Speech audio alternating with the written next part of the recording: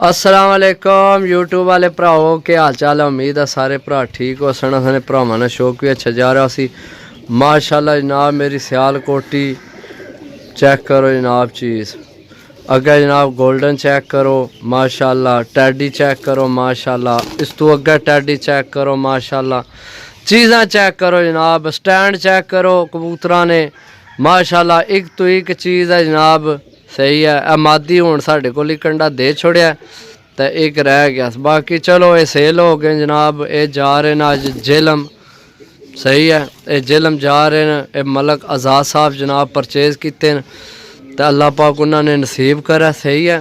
तो बाकी जिन्ना भरावां आइए तो चैनल सबसक्राइब नहीं किया सबसक्राइब करो, असी जिहड़ी वीडियो लगाइए अपने भरावां तक आसानी नाल पहुँच सके।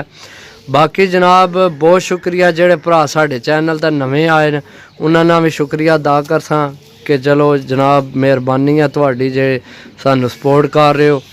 तुहाडी सपोर्ट ही साडा प्यार है, सही है। तुहाडा चैनल सबसक्राइब करना, साडी वीडियो देखना, यही साडे वास्ते सब तो ज़्यादा प्यार है, सही है।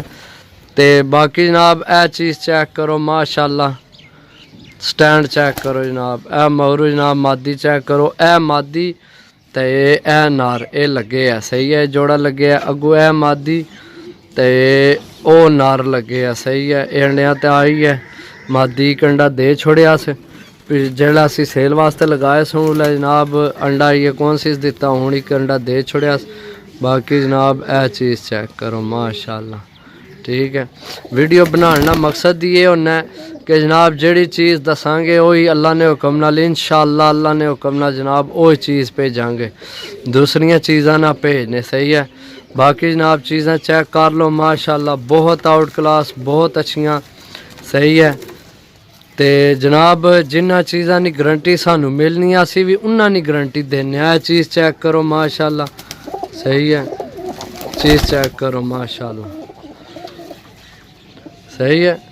गारंटी ना मतलब यही होना कि जनाब जेड़े साड़ी अपनी यारी दोस्ती विच असी कबूतर चाहने उन्हां दी गारंटी होनी है। बाकी तुहानू पता भी असी भी लैके आने अगे तो वेचने जनाब, तो असी जनाब कियां गारंटी देइए। बाकी जनाब तुसी समझदार हो, समझाने की ज़रूरत है को नहीं भरावां की।